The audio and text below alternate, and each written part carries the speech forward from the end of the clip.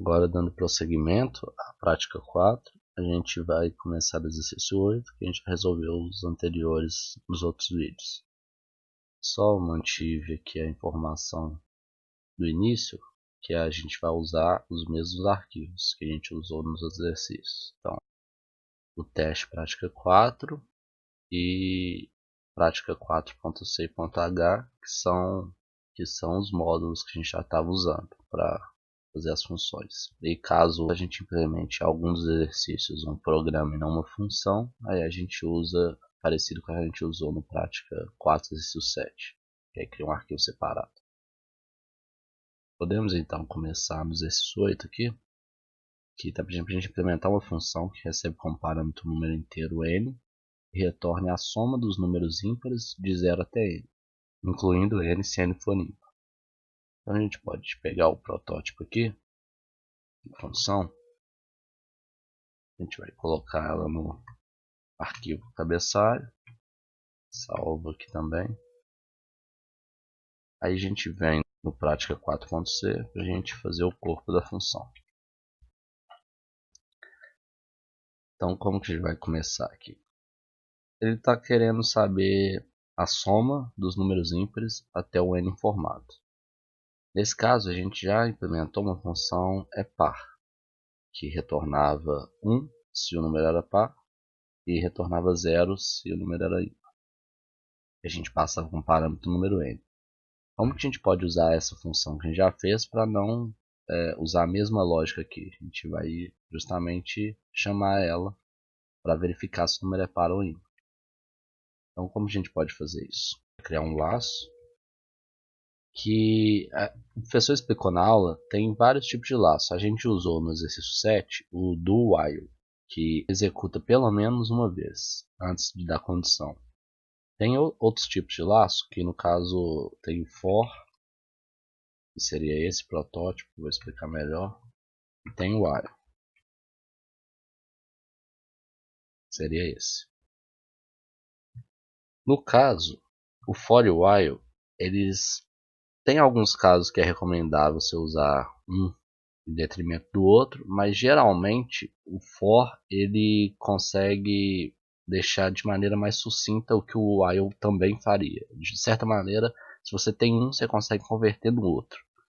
Eu tendo a optar mais por usar o for, só em alguns casos muito específicos que eu uso o while, mas aí vai de cada um. No caso, quiser usar o while também, nesse caso eu vou usar o for, porque a estrutura do for, como eu falei que eu ia explicar aqui, eu não vou usar o atalho do VS Code não, porque eu vou explicar o que cada coisa significa. Então a primeira coisa que a gente vai escrever aqui vai ser uma condição inicial do for. Então tipo assim, a gente pode inicializar variáveis aqui. Então nesse caso, eu colocando um inteiro i, declarando ele dentro do for, começando de 0.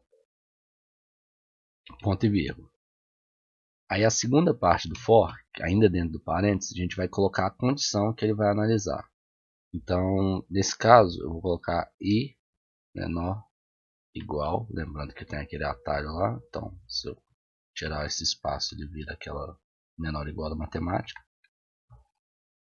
O n que foi passado por parâmetro. Então, no while, o que a gente analisaria seria apenas essa condição. Então, seria enquanto i é menor ou igual a n, ele vai fazer as instruções que a gente vai escrever depois. Nesse caso do for, seria parecido. Então, assim, começando com i igual a 0 e toda vez que chegar nessa linha, ou seja, toda vez que executar todas as instruções abaixo e voltar aqui em cima, vai verificar o i ainda é menor ou igual a n. Aí continua a fazer se isso for verdade, ou se for falso ele sai do laço. E por último, depois desse ponto e vírgula, a gente coloca um incremento. Então nesse caso i mais mais. Então ao final do laço ele vai incrementar a variável i que a gente declarou. Então, dessa maneira, a gente está fazendo um laço que vai percorrer quantas vezes o i for menor que o n. Nesse caso, a gente está começando do zero. Se a pessoa digita 0, ele vai fazer uma vez essas instruções. Se o i for 1, ele vai fazer 2, e assim sucessivamente. Aí a gente coloca o que a gente quer que seja repetido. Nesse caso, a gente vai retornar uma soma. Então a gente pode declarar antes do for uma variável soma inteiro, inicializar ela como 0. Aí agora ele quer a soma dos números ímpares. Então vamos pensar aqui. Esse i ele está fazendo o papel do número atual, digamos assim. Então no primeiro caso ele é 0, depois ele vai sendo incrementado até ele chegar em n. Então a gente quer verificar justamente se esse i é ímpar ou é par. A gente pode fazer um if aqui. Se, aí o que a gente pode fazer? A gente tem essa função é par. A gente vai passar como parâmetro o i, que vai sendo mudado conforme a gente vai percorrendo esse laço. Então ele começa como 0, depois vai ser 1 até chegar em n. A gente fala assim, se o i não for par, então uso o operador de exclamação para negar o retorno disso aqui. Aí o que a gente vai fazer? Soma, vai receber, soma, mais i.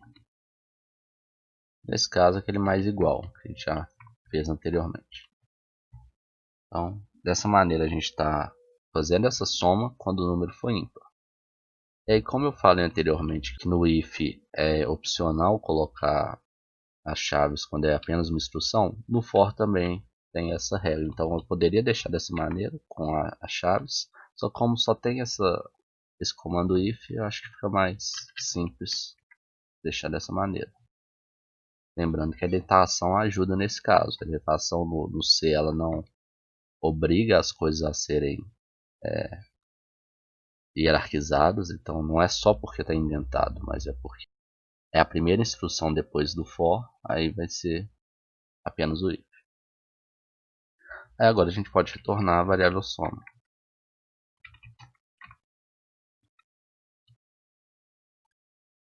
Que ela foi sendo somada todos os números ímpares, inclusive número n. Então por isso que eu coloquei o menor igual. Se fosse só o menor, o n não seria verificado. A gente pode ir lá no teste prática 4 para testar essa função. E está só até o teste 6, porque lembrando o exercício 7 a gente fez o teste separado, porque ele justamente usa funções que a gente já tinha trabalhado anteriormente. Pode pegar aqui, só pegar o molde.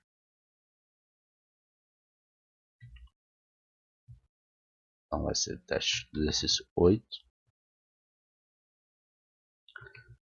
E aqui a gente vai colocar lá, soma até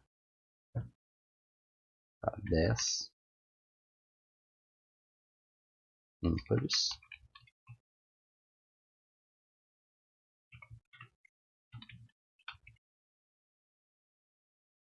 Soma até 10 de números ímpares.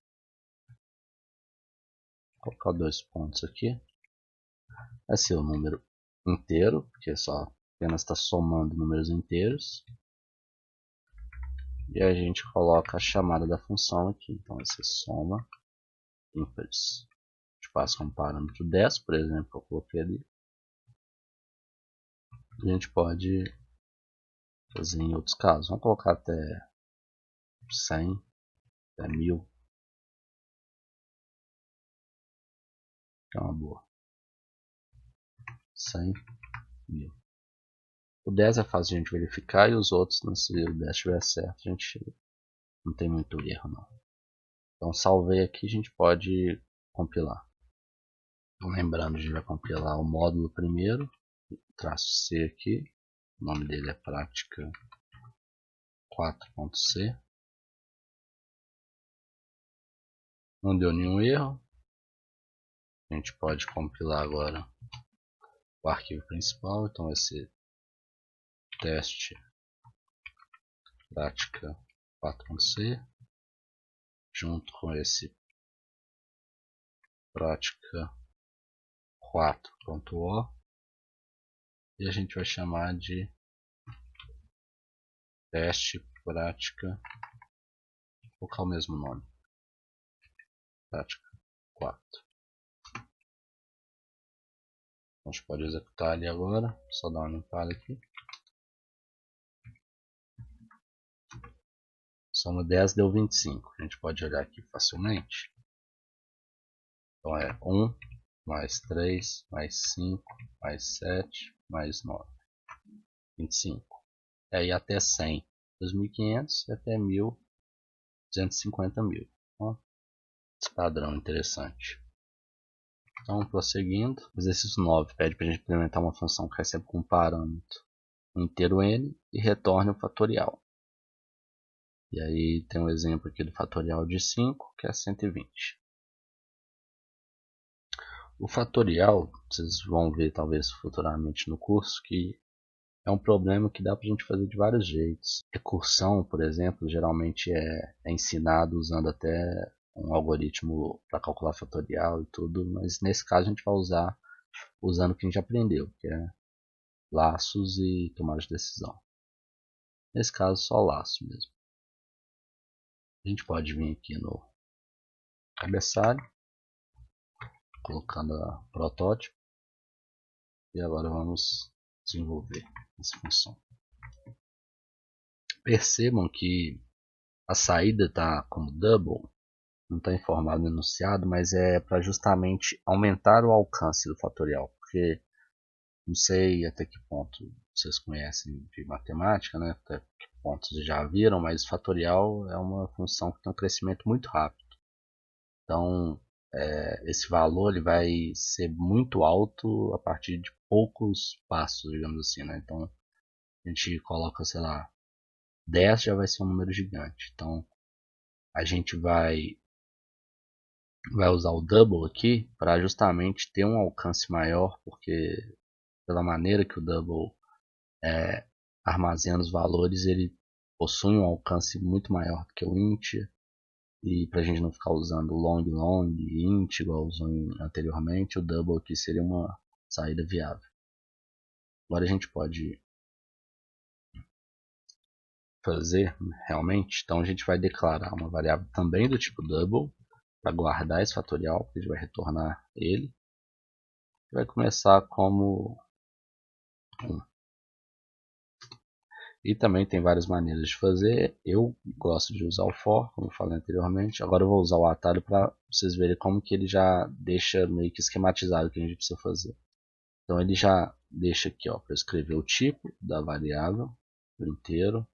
Se eu aperto o tab, ele vai para o nome dela, vou manter como i, e vou colocar a condição então aqui. Ele vai ser menor do que n. Ele quer saber se eu quero aumentar isso ou não. Nesse caso eu não vou aumentar. E aqui digito o código. Só que aqui eu vou mudar, porque eu vou colocar o menor igual. Nesse caso, vamos deixar as chaves por enquanto. Como que a gente vai fazer isso? Então, eu estou começando do 0. Na verdade, eu vou começar do 2. E percebam, 1 ele já é 1. Então, se a pessoa digita fatorial de 1 e o i começa como 2, ele não vai nem executar isso aqui, vai ser 1. Se a pessoa digita 0, também não vai nem entrar aqui, porque o i sempre vai ser maior do que 0. Então, se a pessoa digita 2, ela entra e faz isso aqui uma vez. E o que vai ser essa operação? Vai ser fatorial, recebe ele mesmo multiplicado por i. Então, se aqui é 1 e o número que ele digitou foi 2, ele vai executar isso uma vez, que vai ser o quê? O fatorial vai receber o que estava nele, que é 1, vezes o i, que é 2. E aí, no final disso, o fatorial vai ter um valor de 2, que é o correto. E isso sucessivamente. Então, ele vai fazendo isso para quantas vezes forem necessárias até chegar no número n. E como vai ser só essa instrução, também estou tirando aqui. E aqui a gente pode retornar fatorial. Ultimate fat, né? Então é isso. Salvei aqui. Agora a gente pode fazer o teste, que aí a gente tem que atentar a algumas coisas. Só copiar aqui de novo.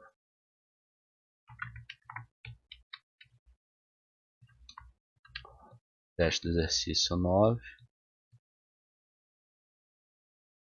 Eu nem vi se é para a gente considerar zero, mas acho que sim.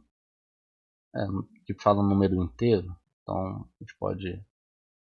Não falou positivo, a gente está assumindo que o zero também pode ser informado. Mas não considerar que o número possa ser zero, aí dá para a gente fazer no próprio programa, e não necessariamente dentro da função. Né? Então aqui já colocar assim, ó. Fatorial de. Pode colocar 1, por exemplo.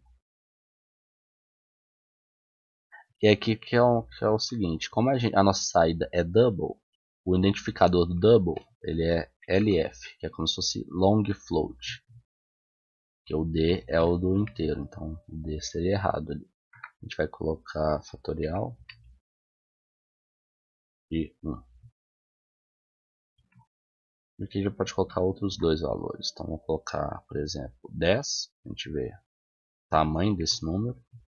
E aqui nesse último número, eu tinha feito um teste anteriormente, que eu não sabia isso, mas é interessante a gente ver, que o máximo que a gente vai conseguir representar com double seria o fatorial de 170.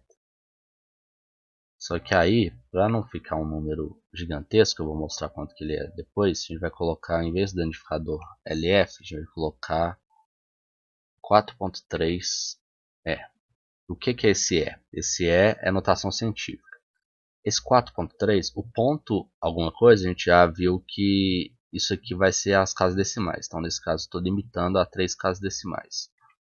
O 4 seria o espaçamento, então ele vai sempre ocupar 4 dígitos. Então vai ser 1 antes da vírgula e 3 depois. Mas aí é para ficar uma saída com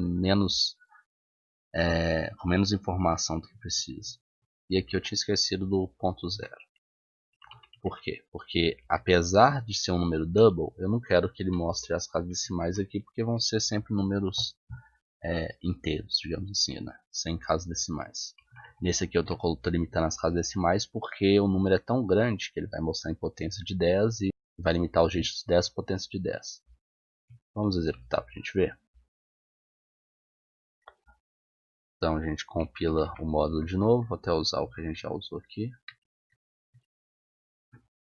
Não deu nenhum erro. A gente compila o arquivo principal. Agora a gente testa. Aí, ó. Olha para vocês verem. O número 1, fatorial de 1 é 1, fatorial de 10 já é um número grande, então é 3.628.800. E o fatorial de 170 é esse número aqui gigantesco. Então é 7.257 vezes 10 elevado a 306. Só para vocês verem que isso não é um valor errado, eu tinha aberto esse site aqui, ó. Vamos ver o fatorial, tá aqui. Tem várias operações matemáticas, a gente pode verificar. Esse site eu achei bacana, que chama conversor de medidas. Vamos colocar, por exemplo, ó, fatorial de 1. Ele fala, ó, é exatamente 1. Número de zeros no final e tal, como que o número é 1. Deixa eu colocar 10. Vai ser 3.628.800, que é exatamente o que a gente achou aqui. Agora eu vou colocar o fatorial de 170. É esse número gigantesco aqui. Ele falou, o valor aproximado é 7.257 e tal, é mais 306, ou seja, vezes 10 elevado a 306. É o que a gente achou. 7.257 vezes 10 elevado a 306.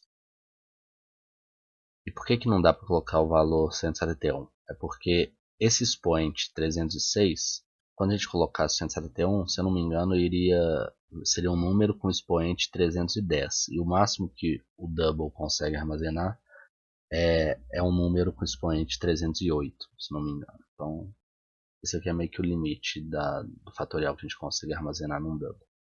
A gente pode voltar aqui, foi só curiosidade. para ver que está certo.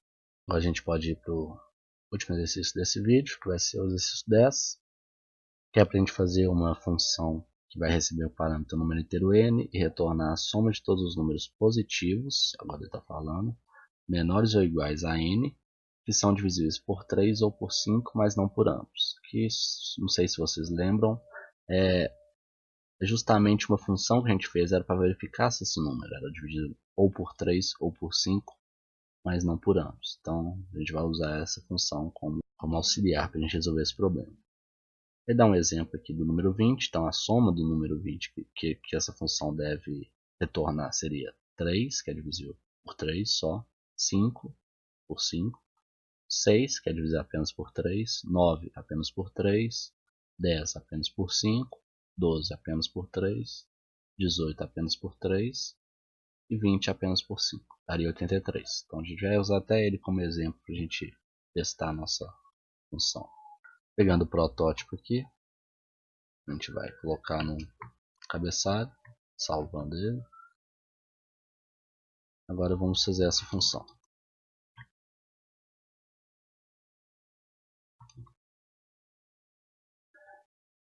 Então vamos lá. Vai ser similar ao que a gente fez aqui. Então a gente vai declarar uma variável inteira, chamada soma, vai começar ela com 0. A gente vai fazer um laço que seria idêntico a esse, só que eu vou usar o while para vocês verem como que a gente usaria o while nesse caso. Então, até usar o atalho do VS Code, aqui, ó, seria a condição e o código. Então é mais simples. Então a condição, qual que seria a condição?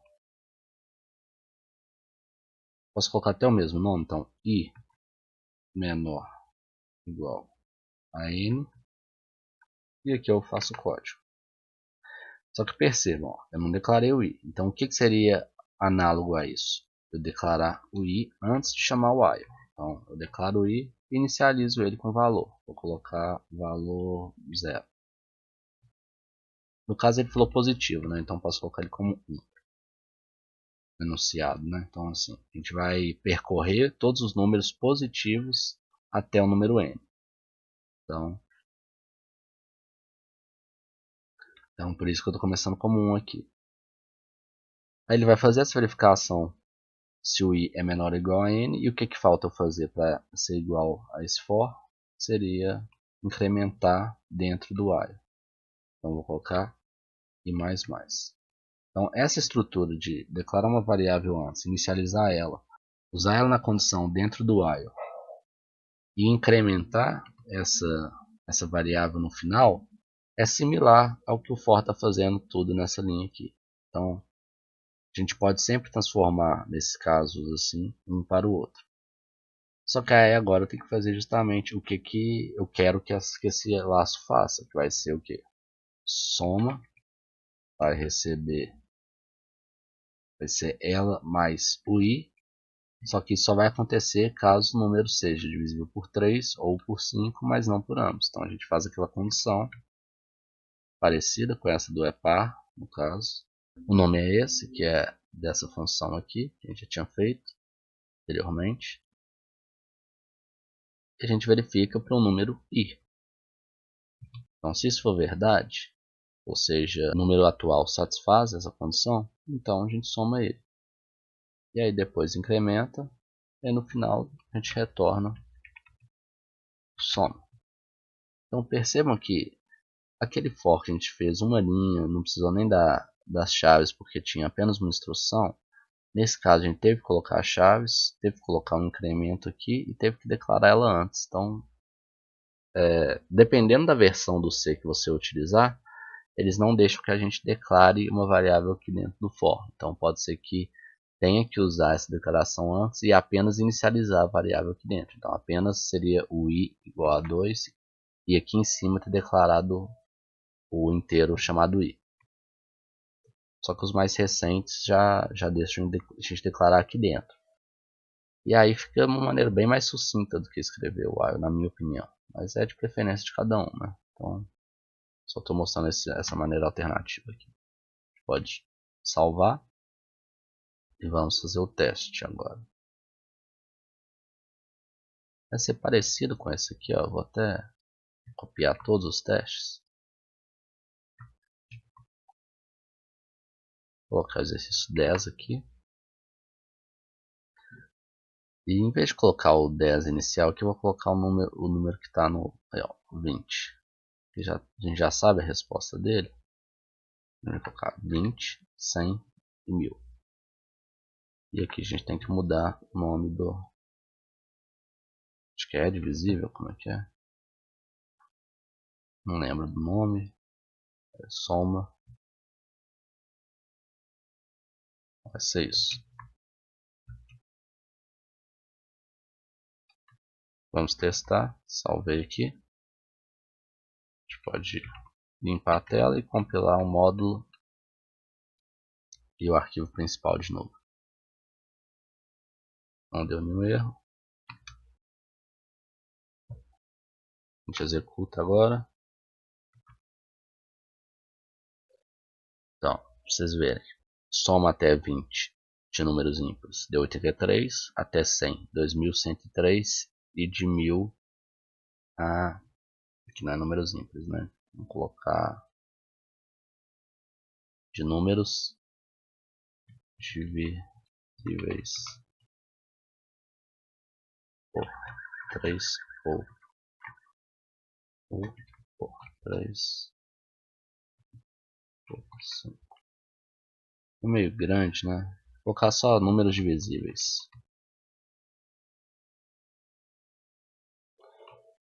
Soma de números divisíveis. Eu vou colocar assim, ó. 3. Acho que ficou um pouco melhor.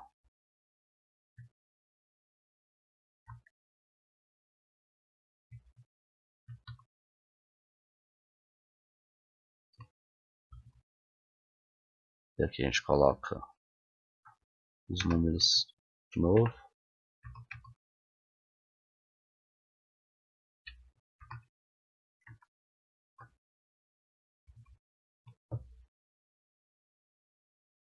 A gente compila.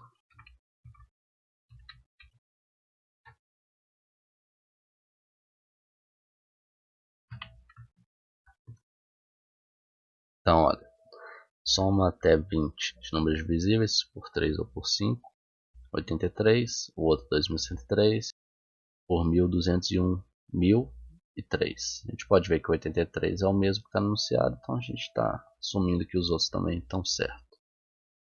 Por esse vídeo é isso, a gente continua no próximo.